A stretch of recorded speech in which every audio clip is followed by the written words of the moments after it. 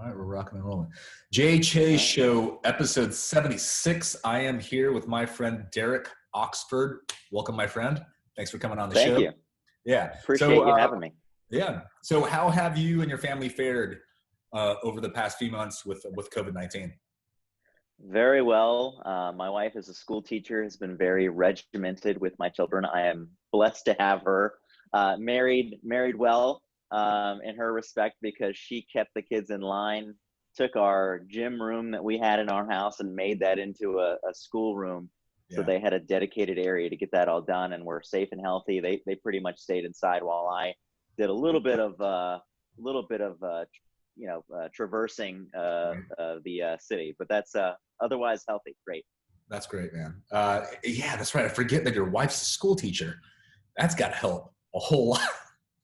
Right? With the kids and getting the schoolwork. But then again, she's still got her own classroom and doing it digitally. So right? I'm thankful that I had a job too, where I could be available, and I worked from home, I would say probably 3 to 4 days out of the week anyway, during this whole period, to be able to help them and kind of keep them at bay from her while she was available for her students, which is 140, 150 students that she will speak to on a single day or over multiple days of the week. So to be able to kind of, tag team is really a best scenario for us. Yeah. Tell us a little bit about what you do. Give us a lowdown, if you will. Sure. The 36,000 foot lowdown. There you go. Yeah. So certified financial planner, estate planner for CPS Investment Advisors. Been doing this for the last almost 12 years next month, which is crazy here at CPS. But then I've been doing this ever since, college. I have a finance degree from Florida State. So got that back in 2004 and been doing this ever since. Excellent. All right. So you help people plan for their retirements, help people put some money away for a rainy day, etc. All of which I don't have at the moment. And we've never had that conversation, and that's okay. But yeah, absolutely. Anything, the whole gamut, from cash flow budgeting, from, hey, I'm starting to make a salary, what do I do? Right. All the way to, let's start thinking about, what you want an inheritance given to your children or grandchildren or whatever. So that whole gamut we can do. Because of the market being so volatile, as it were, what do you have in terms of advice for people, like, let's say, and I'll be the test subject here, for someone that, starting from ground zero, my circumstances are a bit different, than a lot of people, but let's say starting from ground zero, from scratch, and where the economic climate is right now, what would you say to those guys? Obviously, you need to get some background on what they have, but let's say that's the hard part about. Yeah, that is the hard part about answering that question, and you said it. Your situation is different. Well, everybody's going to say that. Yeah. Whatever position that they're in, whatever stage in their life. If you're looking at right now and you're going to retire this year, oh my gosh, this entire situation has been horrible for you. And I hope that you sure had, cash on the sidelines to be able to weather that kind of storm, even though it was very short-lived, which is interesting how quickly it whipsawed back. But, hey, I have friends that think that there is some true, some manipulation going on in the market, of course. Right? In a way where you're like, what? Like, how, what? We bounced back, how? Overnight? What's going on here? Some conspiracy theorist thinks that the powers that be manipulated things to, have these tremendous gains, right? These mass sell-offs, and all of a sudden, boom, skyrocketing prices. So I don't know. Well, it's interesting, and they're not wrong. But it may not be as nefarious as what they may perceive, because there are certain times of the year where things have to happen. Constitutional mandates of mutual funds having to rebalance. The same thing with index mutual funds or exchange traded funds. Those have to rebalance by their mandate at certain times of the year. So those are volatile times. They're usually around, around times of the end of the quarter, beginning of the next quarter, things like that. Those happen. At the same time, there are institutions, where you could call them, big business, that maybe have larger majorities of cash, that when they make trades, it does affect the price of things. On a day-to-day basis, you're not going to see that as much. It's going to be more of those individual trades of people like you and me. Right. But every once in a while, you're going to see big volume trades. And for example, if you've got a company that you own that maybe only has 1 million shares outstanding, okay, that's not a lot in perspective, just for people that don't understand that. And you wanted to trade 100,000 shares, you just moved 10% of that company. Even if it's 1 cent a share, $1,000. I mean, that's going to be a huge move, and you will effectively change the price of that stock. Okay. Think about that on a global scale, Right. much larger scale, and you could really make a change, and people do that. Yeah. Okay. All right. Fair enough.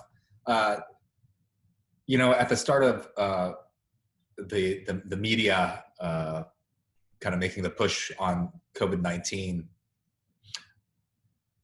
I saw something in the news about oil prices and how Russia and Saudi Arabia tanked their own prices, therefore tanking the United States oil prices.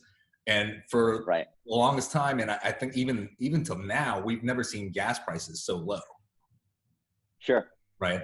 No one really talked about that much. Yeah. So far as I mean, if it weren't for COVID-19 and the coronavirus, that would be like the subject, right? In global economics, that would be the subject to talk about, but it was like silent. It just went under the radar. Nobody talked about the price per barrel just dropping, so drastically, right? There was already such bad news that we didn't want another one to talk about, and effectively, probably something would have happened even if the OPEC Russia deal wasn't a thing. With us effectively going to stay-at-home orders around the world, gas prices would have gone down just because of the supply and demand issues. I mean, that's economics 101. Right.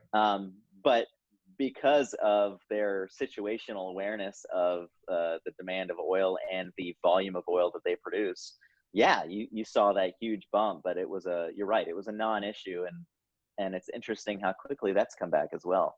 Yeah. I mean, I'm not a money person or finance person. I'm not a numbers guy. Some people are. I'm just not. I'm a complete idiot when it comes to those things. But it seems like a giant mystery, right? The world of finance, and to have people like you that study those sorts of things and are able to help people like us, it seems like it's a worthwhile endeavor, a worthwhile career on your part. I'm sure you change a lot of lives with what you're doing. When do the subject of retirement, right, that you hear all the time, when do you anticipate that you would ever retire? Like Derek Oxford, like when do you're a young man, right? How old are you right now? Yeah. I'll be 38 in 2 months. All right, 38, you're a young man. Like I talked to yesterday, I was talking to Andy, and he's 36, right? Mm-hmm. And he says he's gonna retire in 4 years. That's his goal. Wow. I mean, he's killing it. But I mean, for him, that's an attainable thing. Like for you, like when do you see yourself retiring? I think, and that's an interesting subject. I was just talking about that this past weekend because I just took my family on a 5-day vacation over to the Emerald Coast of Florida. Okay. Amazing how you can drive for 7 hours and not leave the state. But it was a beautiful area, and I told myself my new life goal is to get a beach house and live there and have a wonderful retirement. So you asked me that question is very timely and interesting, because I think that we all realize that life is short. You want to enjoy it. I want to work hard while I can so that I can get there. In terms of years, 4 years is probably not in my wheelhouse. but you know, maybe 15, maybe 20. I mean, gosh, when you think about it like that, I'm going to be 58 in 20 years. That's I'm an old man at that point. So I want to be careful that I have enough years in me to enjoy that, and my kids can enjoy it, and their kids would be able to enjoy it, and obviously still have enough money left around Right. to do things other than just live at the beach. I mean, you know, I think about the word retirement, and I think of in my mind, I see retirement homes. I see, you know, lazy days on the golf course and hanging out with grandkids, right? I don't know if that really appeals to me. Mm-hmm. I don't know if the idea of I'm just, and maybe I'm seeing it the wrong way. Maybe I'm seeing it through the lens of a young man, right? Where, you know, you're seeing the older guys just kind of farting around, doing nothing. I mean, you know, and I say that with all due respect. I don't mean, you know, I mean, you've done plenty of noble and great things in life, and you know, of course, you deserve, you know, that kind of retirement if you want one. But that doesn't excite me one bit, you know. And I'm with you too. Like I want the beach house, but not to grow old at the beach house or to, you know, wait for my end of days at the beach house. That's right. I want to still be young and vibrant and have the energy to enjoy the beach house and get after it in whatever capacity that that I want to be in at that point of life. You know, and I will inject myself with all sorts of hormone replacement to feel good at that point. Well, I respect that, and I feel similar. I can't sit still even now. I can't think of myself in 20 years sitting still either. I think I'll always want to get after it in some respect, and I think that's the entrepreneur in you that wants to continue to do something, and I think that's great. And there are people that just literally want to sit around and relax and read a book. I love books. I'm not that person. Right. You know, but there's a time and a place, right, when you definitely have to, and I like to think of it as defusing, right? Mm-hmm. To Mm-hmm. defuse and to just completely veg out for a while. Yeah. And those times are so sparse for me. I think there was one point in my life that happened maybe a year ago where I had a moment in the middle of the afternoon to sit down on my couch and do nothing. And it lasted for maybe 20 minutes. But it was the most satisfying 20 minutes of all time. That's right. There was just something about, okay, I've completed a certain series of tasks that have been pending for so long, certain goals that I wanted to meet for so long. And when I finally got to that point, I sat down on the couch and I just took a breath. And inside that 20 minutes, I was like, I am supremely content right now. I'm very happy with where I am right now. And then I got antsy again. I got moved on. Moved on to the next thing, created the next thing, you know? That's right. It's as long as your mind can kind of sit still for that short period of time. And I understand what you're saying. I'll work all day long, and I'm answering emails, answering phone calls, even through making dinner, and then, you know, make sure to spend time with the kids. And then by the time that they're asleep and I'm sitting in bed waiting to go to sleep so I can get up the next morning, work out, do it all over again. Yeah. I've got maybe 20, 30 minutes before I'm lights out. Yeah. Okay. You had a health scare, right? Mm-hmm. Can you talk about this? Sure. Yeah. If you want, you don't have to talk about it. You don't want to talk about it. No, I'll edit don't this mind. part out if you want, even me bringing it up. I actually like talking about it because I think it does bring awareness to the subject. Okay. All right. So you told me that you were passing out. Right. And you didn't know why. After a vigorous workout, whether it was swimming, it never really happened while running, but I never really ran for fun that much. Or just working out in the gym, whether it be with weights or just, you know, even a class like, you know, one of those body pump type classes. Yeah. If I did too much, I would get lightheaded, dizzy, sometimes nauseous, and every once in a while I would pass out. Okay, that's some scary shit. Yeah. To know that because you're in great shape. I mean, you're in really good shape, and you get done doing a workout, let's say a hard, vigorous workout, and then you pass out, Just lights like out. like that. It wasn't like, didn't feel like hey, I just need to take a nap, or it's just like literally like you fainted. Sometimes I would feel it coming, and I would get to the point to where I would get my body ready. It's an uncomfortable feeling, and I don't wish it on anybody. You feel, it's coming. You know it's It coming. Okay. it's this feeling of sort of like an outer body experience where you feel almost like everything is vibrating, Okay. and a little bit of tunnel vision in your eyesight. And I'll either sit down or I'll get on my hands and knees and wait for it. And then what happens? It just like Looney Tunes. It just all goes down to a dot, Yeah, black. like that red sign just it gets smaller and smaller, and then it's gone. And then just like that, I'm awake again. Was your wife there to witness this? She did witness it once. I had worked out after dinner one time, Uh-huh. and drove home. And as soon as I stood up after parking the car in the garage, walking into the kitchen door, Uh-huh. look, walking into the living room and seeing her and the kids on the couch watching TV, I looked at her once, and I just flat out dropped, Face straight planting? forward, face planted. Dude,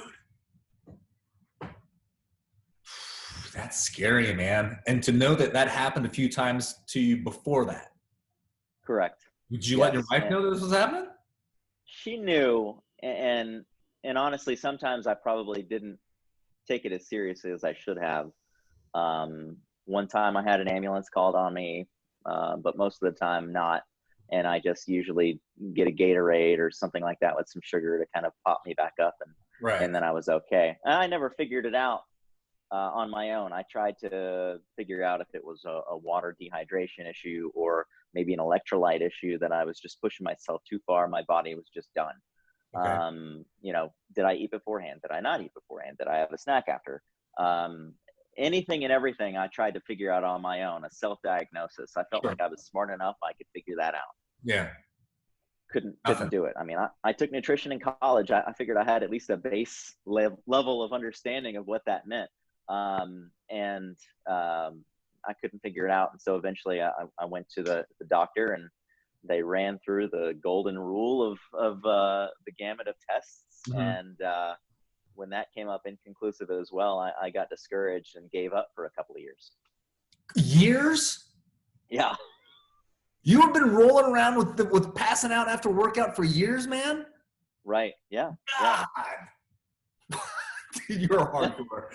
Because if I'm passing out after a workout, I'd be like, hey, something's wrong. I gotta figure this out. This is weird. I mean, Yeah. and you know the sensation is coming. That's right. I'd be frightful that I wouldn't be able to get back up, or like, hey, I'm dead. It's like, Yeah. right? Yeah. So interestingly enough, I didn't realize that that was happening so badly in terms of what my body was doing until an ARNP. I couldn't see the doctor this specific day for whatever reason. The doctor was busy, and so I visited with an ARNP because it started happening again, and this was beginning of last year now. And he said, "Hey, what about a tilt table test? This may show something." And I know you and I had this conversation Yeah, at yeah, my yeah, son's yeah. birthday Tell party. everybody about it, please. Yeah, and so I say, okay, what is a tilt table test? Well, they lay you on a table, with you on your back. You're strapped down, but you're plugged into an EKG, a blood pressure monitor, as well as a heart rate monitor. And they literally watch you for 30 to 40 minutes. And you're in this dark room. There are a couple of nurses in there. One's watching you for physical changes in your mood or your speech.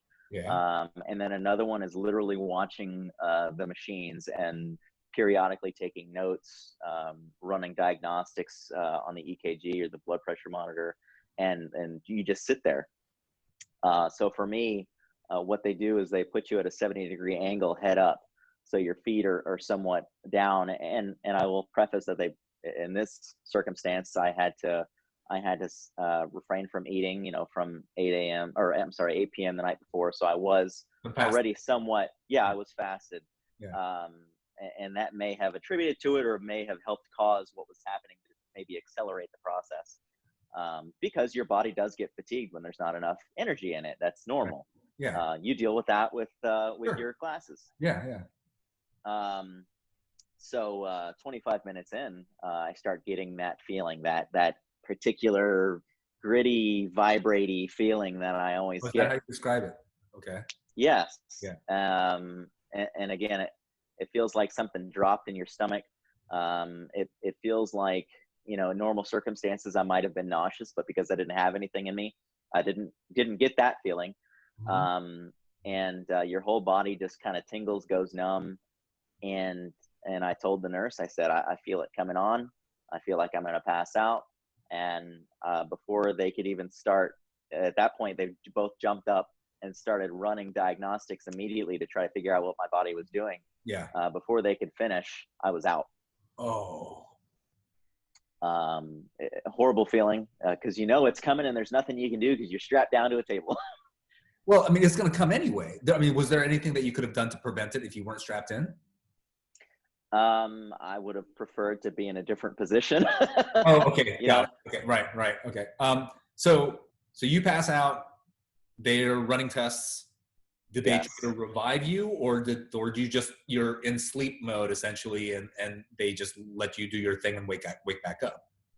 So at that moment, and they had told me at the time, and I don't know the true accurate response to this or the data behind it, but they said that 50% of the time, somebody will either pass out or they'll be able to get some sort of a reading on them. And so at that point, whenever they know that things are happening and that they did notice that I was passed out, they pushed the table to where I was now flat, or what they say homeostasis, to where you're just flat, you're level, like you're just laying down.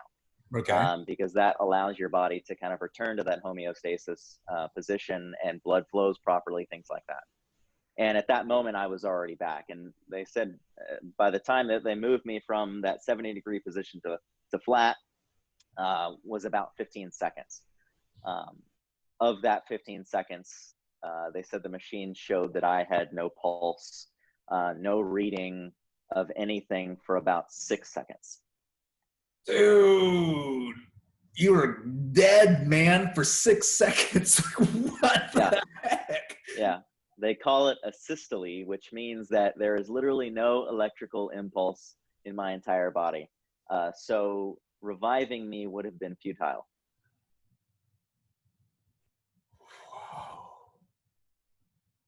Somebody told me, I don't know if it was the doctor that was in there at the moment doing rounds, or if it was one of the nurses, because I was so out of it at that point, I didn't know what was going on. Yeah. That 2% of people that have a systole actually come back on their own. You would have to actually have plugged me with some sort of, an adrenaline rush. And even then, you're really just hoping the body comes back. You can't even charge me. You would literally just be cooking me.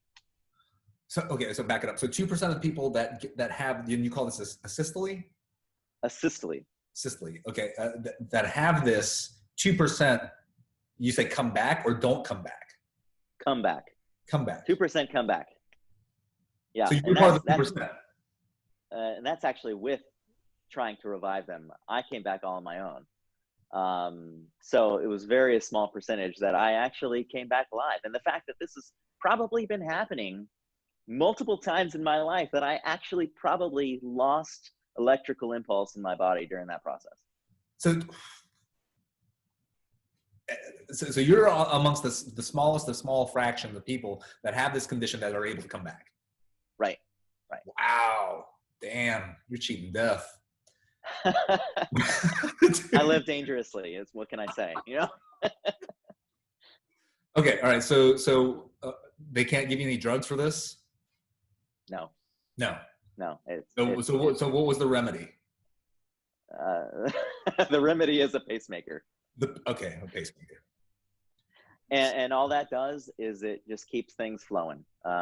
Instead of my brain telling my heart to pump harder, to kind of continue what my body wants to do, the pacemaker helps my heart do that. So that way, if I'm ever in a situation where I do get fatigued and something happens to where that electrical impulse stops, the pacemaker will keep things in line. Whoa. So I don't need a defibrillator, which Right. is what I said, where you get shocked. Right. That won't do anything for me. Okay, you need, like, literally, you need something to just keep pumping the blood. That's it. That's it. Yeah. Wow. That's crazy. How did life change for you after you got this news that, hey, man, we have to give you a pacemaker. There's really nothing we could do but give you that. How that? Yeah. It was interesting because I put it off. What? You're so weird. What do you mean you put it off? You just figured out that you're amongst the 2% of people that actually can survive these things. Right. And you put it off. I did. Now, I did refrain from working out, but I put it off because, part of me thought there's got to be another way. And then part of me thought, all right, I need to get this done. And so the former part kept me from getting it done. And I eventually did schedule it, probably, I guess by the time that all happened, it was about a month and a half later. Dude, but I did do it. I've been on the horn of the cardiologist right there. Like, me have a pacemaker. Give it to me. Book me in for tomorrow. Pencil me in. I would say mentally, it changed me more than physically. Because as you said, I mean, I try to stay in shape. I've always been an athlete, whether, it was martial arts or swimming, baseball, whatever. Tried to always stay in shape. I've always done that. That was instilled in me at a young age. My mother's been a personal trainer and aerobic instructor since before I was born. So that's always been a part of me. I would say it changed me mentally because it gave me a better understanding of what's important in life. My family was important. Spending time with them was important. Making sure that I tell my clients, hey, get your estate planning done. Oh my gosh, do I have life insurance? Yes, I do. Thankfully, I have life insurance. Right. Just crazy things like that, put that into perspective. And it really did turn the world on me that everything's not so important as you think it is. Yeah. Yeah. Yeah, man, you're a young man. You haven't even hit 40. You haven't even hit 40 yet. No. I got a couple of years to go, but and you got a pacemaker. You got something to help your ticker. Wow. That's crazy.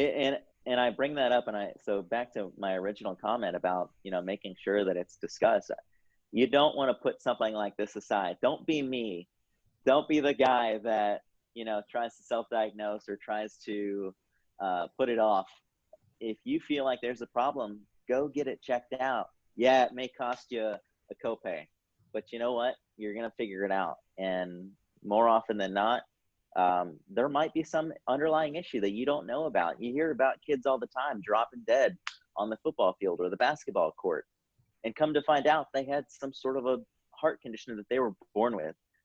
And it was too late because that's not something that normally, a pediatrician would look at typically, unless there were other symptoms that they would see. And again, not anything about pediatricians, but right. That's just one of those things. I myself, after, college and after swimming in college, there was no reason for me to go to the doctor because I didn't have to get those physicals every year. Yeah, because you were in the time of your physical form. Yeah, that's right. I was invincible, so I didn't need to do anything. And so come to find out, it was something. Yeah, that's crazy. Yeah, I mean, when you're in your 20s, right, you're invincible, right? You're in your 30s, you're like, okay. If you're in your 30s and you're married, you're starting to feel a little bit of that wear. Sure. And you're more cognizant that, hey, I'm not bulletproof, as it were. And definitely in the 40s. 40s coming, this is like a light switch. It'll happen. Trust me, it happened. For me, it did. Yeah. I mean, that's your game, planning ahead. Yeah. Yeah, I have to, and then just focusing on what's important, um, and keeping true to that. And so that's, if I can say anything, if that's my message, um, don't worry about the small stuff. Focus on what's important, and live your life that way. Right. Hey, I'm going to ask you a question that I give to all my guests on the show, and I think you know it. It's what do you want? What does Derek Oxford want? And you can give the heroic answer, of course, and you can give the completely material answer. And I urge you to give both, so you can hit us with it. Yeah, I've definitely heard you ask the question, and I'm always surprised by the answer that your patrons give your guests. And what do I want? um, I want to be happy. I want my family to be happy. I want my friends to be happy, and us to live nice, long lives. And I want to do so in a joyous way. I wish the same thing for the world. That's the heroic part. There you go. At the same time, of course, I mean, that means I got to work hard and try to do well with my career a lot of times, and try to just, keep my head down and do what I can to change the world when I have the ability to. I would say that's what I want. Okay. Give me the material answer. The material answer. Yeah. You talked about that beach house, man. Now you need a boat or something. Yeah. Right. Well, I mean, what does it take to get a beach house? Quite a bit of money. And how do you get there? By working hard and doing the best I can at what I have trained to do. Trained to be a financial planner. Like I said, I've got a degree in finance from Florida State, and this is what I've wanted to do for the last, gosh, I don't know, 20 years. So it's been something, a part of me that I mean, I've always loved. You went to school, and from the jump, you wanted to be a financial planner. No. See, okay, all right, there we go. Okay, here it is. All right, so what happened? Well, I've always loved science. I've always loved math. I've always been good at math. Math came easy. I actually had a minor in math, and I understood patterns, things like that, very easily. I found ways to create different equations on things, even in middle school. I can still remember this, that I challenged my middle school math teacher that there was a different formula to come up with the same answer, and she didn't like me for that. This was in middle school? Yeah, this was in middle school. Wow. So I always understood that, and it was great. And it's funny because you'll ask my wife, who I love so much, and I'll say this with the kindness in my heart. It's funny because you want 2% of 3.6 billion. I'm your man. If you want me to figure out, what 2 + 2 is, don't ask me.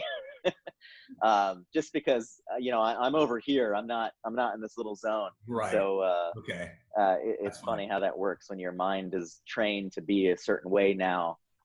It's hard for me to figure out some of those simple things, but I joke that's not true all the time. Just some of the time. Okay. But, so I actually wanted to go for physics. Okay. So I actually went to Florida Southern my first 2 years and had a physics degree, and wanted to work for NASA. I thought that I had what it took to get some sort of an aeronautical or physics degree and get an awesome job being a rocket scientist or something equivalent to that. Yeah. And I had a great advisor, and he told me from the get-go, Derek, you have a passion for this. You're not smart enough. Wow. That's a bitter pill, isn't it? It is a bitter pill, but I love the truth about it because I didn't have to waste my time. Right. I didn't, and I said, okay, what else can I do with all this math knowledge? Oh, finance. Finance. There you go. Do you partly geek out over all the stuff that's happened with new space exploration, like with Elon stuff and Jeff Bezos project and all that stuff now? Oh man, yeah. There's a part of me that always wants to be involved in that, and And, you know, from time to time, I try to get my kids involved. Hey, let's go watch the rocket ship. And, you know, oh, do you understand the trajectory of that? You know, it's just right over their head. But it's fun to try to relive that a little bit. I'm so far, I guess in a way, I'm so far apart from that now that the best I can do is just you know, watch in awe of how wonderful our world is to be able to create something that can get off of our planet. Yeah. It is still pretty amazing, and I love that aspect of it. But it was, you know, it's something that I'll never forget, and hopefully my kids will continue to enjoy. And I'm gonna admit this. Okay. Yeah. I did that damn ride over at Disney, the Mission to Mars or Mission to Earth, Yes. or whatever the hell that thing is. That thing is a catastrophe. I hate it every second of it. I mean, I've never been claustrophobic, but I found out now, because that thing is like a sardine can. And yeah, we must have gone on a bad day, because there's like for those of you that, if you live in Florida, you've been to Disney, you know, for the most part. There's a ride called Mission Earth or Mission to Mars or something, where it's a simulator that takes you from the rocket to, you know, either Mars or to the moon, right? Right. Going to the moon, the simulator to go to the moon is the easy one apparently, and we thought, I don't want to do the kiddie one. You know, do the hard one, do the, you know, the more intense one. So I should have known there was something wrong with that ride, because that is the only ride where they give you a pamphlet to read on your way to the line. That's right. That was the first indicator, like, oh shit, this is going to be bad, right? And the red lights didn't start flashing yet. Yeah, the pamphlet says, you know, if you're, you know, got heart problems, you know, typical fare, heart problems, you know, back problems, you know, if you're, you know, get sick real easy, you shouldn't be on this ride, you're pregnant, you know, that sort of stuff, typical stuff. Right. I got a gloss over, like, yeah, I'm fine, you know. And then I go into the ride, and it's a capsule simulator, right? So you're literally a pickle in a jar, right, with other pickles, right? And it's me and my family all in a row looking at these, and they buckle you in so you can't move, and then they close the door, and the thing is the size of you know, one of those slider closets, you know. That's right. In the you know, the guest bedroom or whatever. And so you're sitting there like this, you can't move. You can do this. You can turn your head a little bit to look at your, you know, your kids and your wife, but that's about it. We were in there for what seemed to be 20 minutes without the ride doing anything. Oh gosh. And they kept chiming in, oh, you know, sorry for the hold up. You know, we'll get the ride going here in a second. That lasted for 20 minutes, which felt like an eternity. You know why? Because other people were getting freaked out in their their cabins or whatever the heck. Yeah, they should have opened it up so that you had breathable air or something. Locking everybody in, thinking that, you know, hey, you're about to have a little freak out mode happening. And so, you know, finally we did that thing. We came out, I was like, nah, nope, not going to Mars. Not going on a spaceship. I'm gonna keep my feet right on the ground. Not an explorer. Sorry. Yeah. And outside of that, I mean, it gives you G-force, doesn't it? Yeah, that too. Which I didn't mind so much. Oh yeah, no. It is a what do you call it? The spinny thing, where. Right. Yeah. Thanks for reminding. Did you ride this? Yeah, I did. Yeah, one time. Yeah, I did it once. You and that was enough. Oh no, you were good. Well, yeah, the claustrophobic part was definitely interesting, and the fact that, you know, once the G-force started, you couldn't actually move your head. All you could do was move your eyes, and if you're not used to that, and I can't remember the name of you're right. There's this, you know, there's a name for that. Gravitron. It's the Gravitron during the Strawberry Festival. If you guys know about the Gravitron, where you're on the wall and the thing is spinning, and everyone's looking at the very center of that thing. That's right. All you can do is watch and wait. Yeah. That's right. It was once was enough, and you're right. It's that's not for the faint of heart. No, not until they can build a Tesla that can do, and you have all that space to move around. No capsules for me. I'm good. Yeah. Okay. No, we just got off on a tangent. Anyway, hey man, thanks for coming on the show. How can people find you? They can reach me, Derek, DEREK, at cpsinvest.com. You can also call our office, CPS Investment Advisors, 863-688-1725. Happy to help you out any way, whether it's, again, from cash flow issues all the way to estate planning and retirement. Happy to help, and appreciate the time on your show. Yeah, man. Anytime. I'll put it in the show notes where people can find you as well. Thank you, man, for coming on.